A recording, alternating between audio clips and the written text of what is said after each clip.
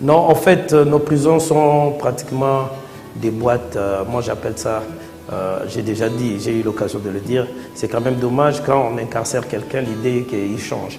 Mais à voir comment fonctionnent nos prisons, on ne peut pas dire que c'est pour changer. Si quelqu'un change, c'est peut-être par peur.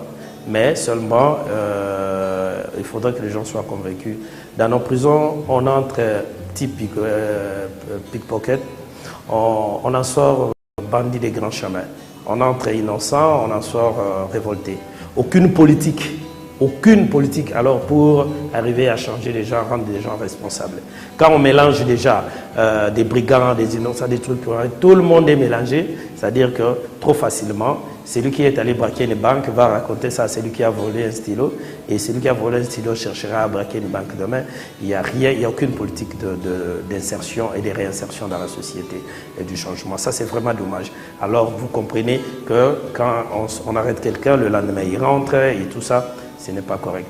Et surtout pour les journalistes, je crois que leur place n'est pas en prison parce qu'un journaliste qui est corrigé par ses pairs est mieux outillé, il ne revient pas. Mais remarquez, tous les journalistes qui ont été emprisonnés, quand ils sortent, ils deviennent encore plus endurcis. Donc c'est dire que nos prisons ont encore du chemin à faire.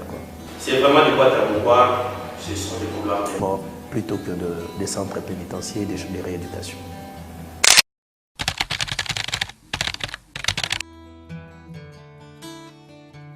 À Dieu d'abord, parce que pour moi c'est un parcours. Moi j'ai été toujours convaincu, quand je suis entré en prison et j'ai toujours l'occasion de le témoigner, j'ai demandé à mon Dieu pourquoi j'arrivais et mon Dieu m'a dit que je ferais 3 ans.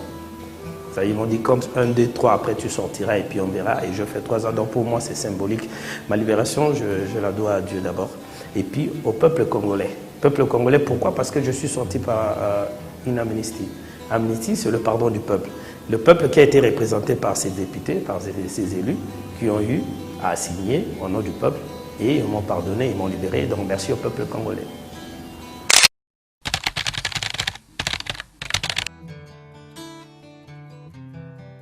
À Matadi, je crois que, contrairement à ce que les gens disent, ils pensent toujours qu'il y a une tendance tribale et tout ça. Loin de là, moi je n'ai pas remarqué ça. Vous savez, le bien, quand il est bien partout. Il y a une dimension universelle du bien. Il y a une dimension universelle du bien. Et moi je crois que le peuple matadien est un peuple mûr, politiquement, un peuple accueillant. Et quand moi je suis venu prêcher la vérité, comme j'ai dit, je suis venu ouvrir la bouche du Congo central à la démocratie pour que les gens parlent effectivement avec des slogans clairs. Donc c'est-à-dire donc tout ça, c'était pour dire que les gens doivent s'exprimer et ils aient de leurs droits d'expression. Alors je crois que ça a été très bien accueilli et comme c'était de la vérité, la population m'a fait confiance et je me suis intégré sans problème. Et je me suis même marié. Ils m'ont donné une femme qui m'a donné des beaux enfants et donc voilà, l'intégration est là, parfaite.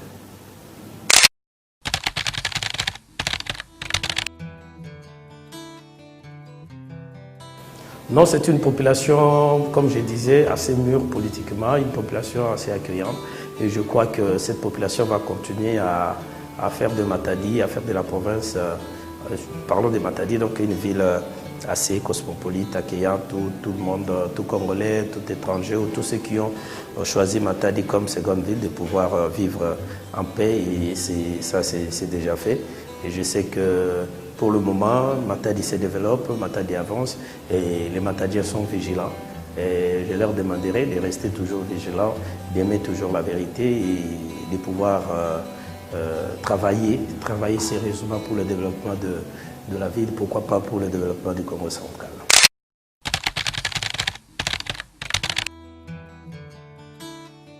Non, c'est de bonnes relations avec toutes les autorités de la province. Il y a le gouverneur Jacques Mbadou, le président de l'Assemblée Simba Nzongila, les députés, les ministres, les services de sécurité, la justice, le procureur général, Bokokole, que je salue d'ailleurs en passant, et les autres, les magistrats, les KBK, les autres. Donc nous avons de très bonnes relations avec toutes les institutions. Quand je fais bien, ils m'encouragent. Quand je fais mal, ils me reprochent. Même s'il faut gronder, ils le font. Donc ainsi va la vie. C'est de bonnes guerres, pourvu que la démocratie gagne.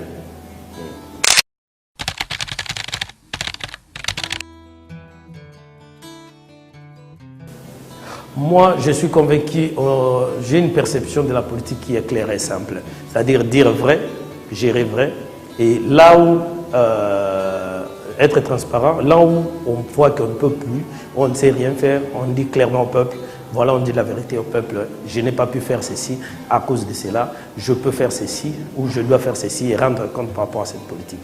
Il ne faudrait pas que la politique soit réellement le synonyme d'un truc de menteur qui viennent raconter aux gens des choses, promettre et après ils ne réalisent pas.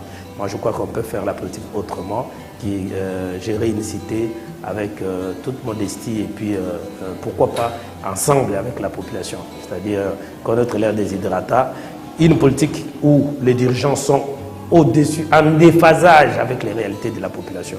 Ça, je suis vraiment contre. Donc, il faudrait faire une politique qui soit réellement le reflet de la volonté de la population. Et ça, c'est faisable.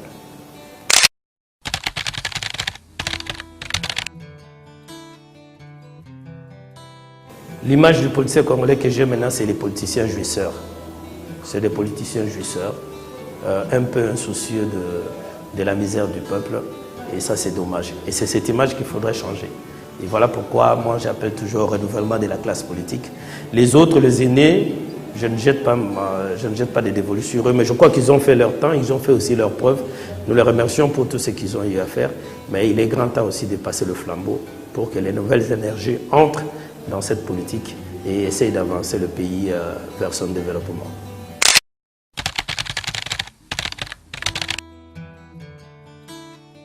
Il est un avenir radieux si nous mettons du sérieux, nous, peuple, en élisant des personnes qu'il faut à des places qu'il faut.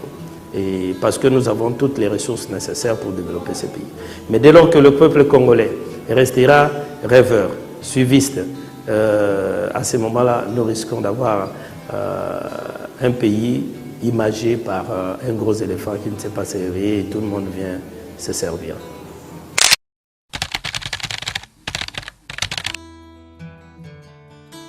Je suis candidat aux élections provinciales dans la circonscription de Matadi et je vais gagner avec l'appui de cette population.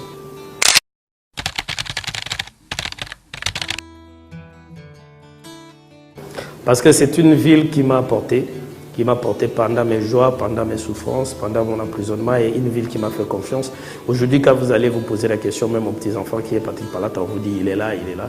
Et quand ils me voient, c'est des cris de joie, du genre Mandela, Oumela, du genre Tosito Ponayo, Molobelia Peuple, Toubi Diankangu. Quand les gens vous disent Toubi Diankangu, ça veut dire je parle déjà leur nom, je me bats pour eux.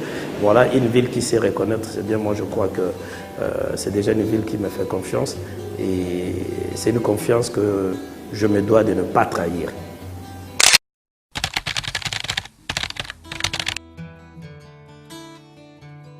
Je ne sais pas, on aurait peut-être me posé qu'est-ce que je mange du pondo.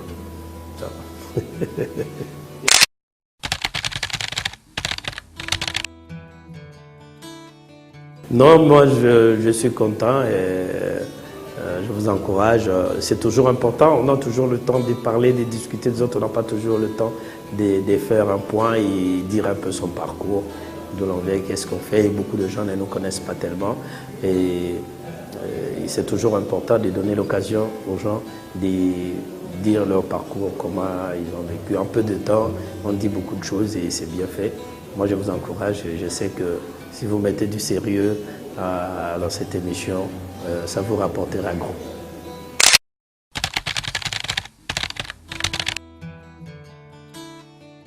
J'invite les autres à venir parler de leur parcours, il n'y a pas de problème, pour que demain on ne mette pas de doutes sur votre avenir. C'est toujours important. On peut voir tout ça. Donc c'est déjà arrivé dans ce pays. Donc pour nous qui avons des ambitions politiques, c'est toujours important aussi parfois de dire notre parcours.